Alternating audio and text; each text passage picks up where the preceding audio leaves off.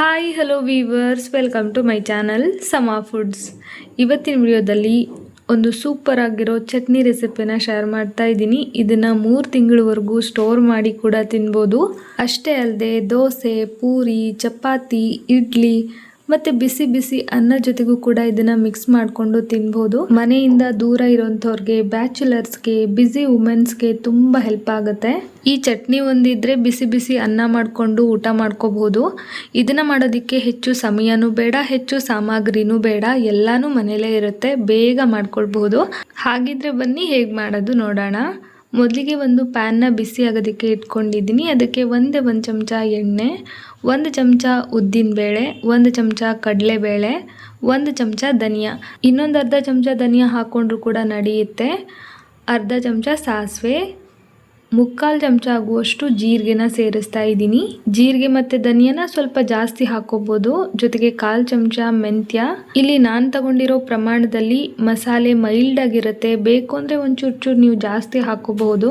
ನಂತರ ಕಡಿಮೆ ಊರಿನಲ್ಲಿ ಇದನ್ನೆಲ್ಲಾನು ಒಂದು 50% ಆಗೋವರೆಗೂ ಚೆನ್ನಾಗಿ ಫ್ರೈ ಮಾಡ್ಕೊಂಡಾದ ನಂತರ 6-7 ಬ್ಯಾಡಗೆ ಮೆಣಸಿನ್ಕಾಯಿ, 2 ಖಾರ ಇರೋಂಥ ಒಣಮೆಣಸಿನ್ಕಾಯಿನ ತಗೊಂಡಿದ್ದೀನಿ.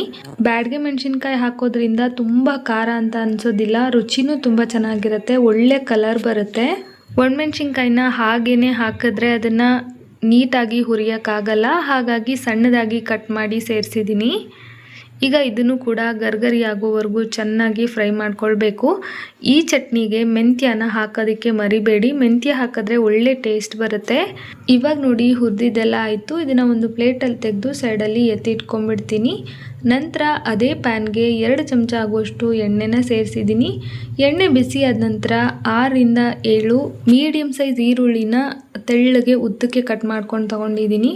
ಈರುಳ್ಳಿನ ಸಿಪ್ಪೆ ಬಿಡಿಸಿದಾದ ನಂತರ ಚೆನ್ನಾಗಿ ತೊಳೆದು ಆ ನಂತರ ಸಣ್ಣಕ್ಕೆ ಕಟ್ ಮಾಡ್ಕೊಂಡು ತಗೊಳ್ಬೇಕು. ಅದರಲ್ಲಿ ಕಪ್ಪು ಮಸಿ ಥರ ಇರುತ್ತಲ್ಲ, ಅದು ಹಾಗೇ ಇದ್ದರೆ ಚಟ್ನಿ ತುಂಬ ದಿನ ಇರೋದಿಲ್ಲ, ಬೇಗ ಹಾಳಾಗುತ್ತೆ.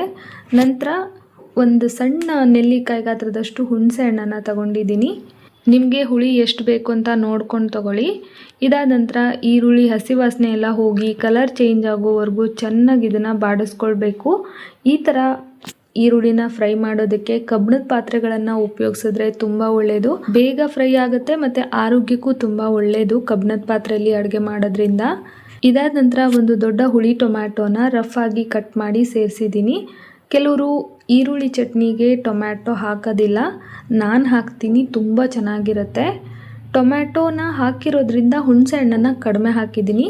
ನೀವೇನಾದರೂ ಟೊಮ್ಯಾಟೊ ಹಾಕಿಲ್ಲ ಅಂದರೆ ಇನ್ನು ಸ್ವಲ್ಪ ಹುಣಸೆ ಹಣ್ಣನ್ನು ಜಾಸ್ತಿ ಹಾಕ್ಕೊಳ್ಳಿ. ಈಗ ಟೊಮ್ಯಾಟೊ ಕೂಡ ಸಾಫ್ಟಾಗಿ ಚೆನ್ನಾಗಿ ಬೇಯಬೇಕು, ಅಲ್ಲಿವರೆಗೂ ಇದನ್ನು ಬಾಡಿಸ್ಕೊಳ್ಬೇಕು. ಫ್ರೆಂಡ್ಸ್, ನೀವೇನಾದರೂ ನಮ್ಮ ಚಾನಲ್ನ ಫಸ್ಟ್ ಟೈಮ್ ವಿಸಿಟ್ ಮಾಡ್ತಾ ಇದ್ದರೆ ಪ್ಲೀಸ್ ನಮ್ಮ ಚಾನಲ್ನ ಸಬ್ಸ್ಕ್ರೈಬ್ ಮಾಡ್ಕೊಳ್ಳಿ, ಸಪೋರ್ಟ್ ಮಾಡಿ. ಹಾಗೆ ವಿಡಿಯೋ ಇಷ್ಟ ಆದರೆ ಒಂದು ಲೈಕ್ ಸಹ ಮಾಡಿ. ಈಗ ನೋಡಿ ಈರುಳ್ಳಿ ಮತ್ತು ಟೊಮ್ಯಾಟೊ ಎಲ್ಲ ಸಾಫ್ಟಾಗಿ ಬೆಂದಿದೆ. ಅದನ್ನು ಸ್ವಲ್ಪ ತಣ್ಣಗಾಗೋದಕ್ಕೆ ಸೈಡ್ಗೆ ಎತ್ತಿಟ್ಕೊಂಡ್ಬಿಡೋಣ. ನಂತರ ಒಂದು ಮಿಕ್ಸಿ ಜಾರನ್ನು ಇಟ್ಕೊಂಡು ಮೊದಲೇ ಹುರಿದಿಟ್ಕೊಂಡಿದ್ವಲ್ಲ ಮಸಾಲೆ, ಅದನ್ನು ಸೇರಿಸಿದ್ದೀನಿ. ಜೊತೆಗೆ ರುಚಿಗೆ ತಕ್ಕಷ್ಟು ಉಪ್ಪು. ಈ ಉಪ್ಪು ಕಡಿಮೆ ಆಗುತ್ತೆ, ರುಚಿ ನೋಡ್ಕೊಂಡು ಮತ್ತೆ ಸೇರಿಸಿದ್ದೀನಿ ನಾನು ಕೊನೆಯಲ್ಲಿ. ಹಾಗೆ ಒಂದು ಸ್ವಲ್ಪ ಬೆಲ್ಲ, ಇದೆಲ್ಲ ಸೇರಿಸ್ಕೊಂಡು ಈ ಥರ ಪುಡಿ ಮಾಡ್ಕೊಂಡು ತೊಗೊಂಡಿದ್ದೀನಿ. ತುಂಬ ನೈಸ್ ಆಗೋದೇನು ಬೇಡ, ಒಂಚೂರು ತರಿಯಾಗೇ ಇರಲಿ. ಈಗ ಇದಕ್ಕೇನೆ ಈರುಳ್ಳಿ ಮತ್ತು ಟೊಮ್ಯಾಟೋನ ಫ್ರೈ ಮಾಡಿ ಇಟ್ಕೊಂಡಿದ್ವಲ್ಲ ಅದನ್ನು ಸೇರಿಸ್ತಾ ಇದ್ದೀನಿ. ಇದಕ್ಕೆ ನೀರನ್ನು ಸ್ವಲ್ಪನೂ ಸೋಕಿಸ್ಬಾರ್ದು. ನೀರು ಹಾಕಿದ್ರೆ ಬೇಗ ಚಟ್ನಿ ಹಾಳಾಗುತ್ತೆ, ತುಂಬ ದಿನ ಸ್ಟೋರ್ ಮಾಡಿ ಇಡೋಕ್ಕೆ ಆಗಲ್ಲ. ಈಗ ನೋಡ್ತಾ ಇರ್ಬೋದು, ಇದನ್ನು ಕೂಡ ಗ್ರೈಂಡ್ ಮಾಡಿದ್ದಾಯಿತು. ಇದಕ್ಕೆ ಒಂದೊಳ್ಳೆ ಒಗ್ಗರಣೆನ ಮಾಡ್ಕೊಳ್ಳೋಣ. ಒಗ್ಗರಣೆ ಮಾಡ್ಕೊಳ್ಳೋದಕ್ಕೆ ಮತ್ತೆ ಅದೇ ಪ್ಯಾನ್ಗೆ 3 ಚಮಚ ಆಗುವಷ್ಟು ಎಣ್ಣೆ ಚೆನ್ನಾಗಿ ಬಿಸಿಯಾದ ನಂತರ 1 ಚಮಚ ಸಾಸಿವೆ, ಅರ್ಧ ಚಮಚ ಜೀರಿಗೆ, ಹಿಂಗೆ ಬೇಕಾದರೆ ಈ ಟೈಮಲ್ಲಿ ಹಿಂಗನ್ನು ಕೂಡ ಹಾಕೋಬೋದು. ನಂತರ 2 ಗೆಡ್ಡೆ ಬೆಳ್ಳುಳ್ಳಿನ ಸಣ್ಣದಾಗಿ ಜಜ್ಜಿ ಸೇರಿಸ್ತಾ ಇದ್ದೀನಿ. ಇದರಿಂದ ರುಚಿ ತುಂಬ ಚೆನ್ನಾಗಿರುತ್ತೆ. ಈ ಥರ ಒಗ್ಗರಣೆಗೆ ಹಾಕೋಕ್ಕೆ ಇಷ್ಟ ಇಲ್ಲ ಅಂದರೆ ಈರುಳ್ಳಿ ಜೊತೆಗೆ ಬೆಳ್ಳುಳ್ಳಿನೂ ಕೂಡ ಫ್ರೈ ಮಾಡಿಕೊಂಡು ಗ್ರೈಂಡ್ ಮಾಡ್ಕೊಳ್ಬೋದು. ಅದಾದ ನಂತರ 3 ಒಣಮೆಣಸಿನ್ಕಾಯಿನ ತಗೊಂಡಿದ್ದೀನಿ. ಇದೆಲ್ಲ ಕಲರ್ ಚೇಂಜ್ ಆಗೋವರೆಗೂ ಗೋಲ್ಡನ್ ಬ್ರೌನ್ ಬರೋವರೆಗೂ ಚೆನ್ನಾಗಿ ಬಾಡಿಸ್ಕೊಳ್ಬೇಕು. ನಂತರ 2 ಕಡ್ಡಿ ಆಗೋಷ್ಟು ಕರಿಬೇವನ್ನು ಕೂಡ ಸೇರಿಸಿ ಫ್ರೈ ಮಾಡ್ಕೊಳ್ತಾ ಇದ್ದೀನಿ. ಕರಿಬೇವಿನ ಕಲರ್ ಚೇಂಜ್ ಆಗಬಾರ್ದು, ಅದನ್ನು ಆದಷ್ಟು ಕೊನೆಯಲ್ಲಿ ಹಾಕ್ಕೊಳ್ಳಿ. ಚಟ್ನಿಗಳಿಗೆ ಒಗ್ಗರಣೆ ತುಂಬ ಇಂಪಾರ್ಟೆಂಟು. ಅದನ್ನೇನಾದರೂ ತುಂಬ ನಾವು ಸೀದೋಗೋ ಥರ ಮಾಡ್ಕೊಂಡ್ಬಿಟ್ರೆ ರುಚಿ ಕಂಪ್ಲೀಟಾಗಿ ಹಾಳಾಗತ್ತೆ. ಈಗ ನೋಡಿ ಒಗ್ಗರಣೆ ಎಲ್ಲ ಚೆನ್ನಾಗಿ ಫ್ರೈ ಆಗಿದೆ. ಇದಕ್ಕೆ ಚಟ್ನಿನ ಸೇರಿಸಿದ್ದೀನಿ. ಜೊತೆಗೆ ಒಂದು ಸ್ವಲ್ಪ ಟೇಸ್ಟ್ ಮಾಡಿ ನೋಡಿದೆ, ಉಪ್ಪು ಕಡಿಮೆ ಆಗಿದೆ ಅಂತ ಅನ್ನಿಸ್ತು. ಹಾಗಾಗಿ ಇನ್ನು ಸ್ವಲ್ಪ ಉಪ್ಪನ್ನು ಸೇರಿಸಿ ಚೆನ್ನಾಗಿ ಮಿಕ್ಸ್ ಮಾಡ್ಕೊಳ್ತಾ ಇದ್ದೀನಿ. ತುಂಬ ಹೊತ್ತು ಈ ಚಟ್ನಿನ ಫ್ರೈ ಮಾಡೋ ಅಗತ್ಯ ಇಲ್ಲ, ಯಾಕಂದರೆ ನಾವು ಇದರಲ್ಲಿ ನೀರು ಹಾಕಿಲ್ಲ ಅಲ್ವಾ.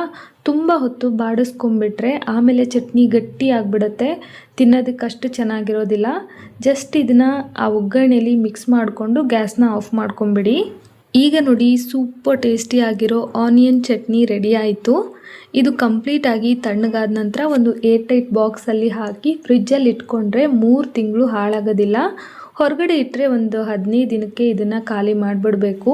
ಚಪಾತಿ ಜೊತೆಗೆ, ದೋಸೆ ಜೊತೆಗೆ, ಈ ಥರ ಬಿಸಿ ಬಿಸಿ ಅನ್ನೋ ಜೊತೆಗೆ ಸೂಪರಾಗಿರುತ್ತೆ. ಟ್ರಾವೆಲ್ ಫ್ರೆಂಡ್ಲಿ ರೆಸಿಪಿ ಕೂಡ ಹೌದು.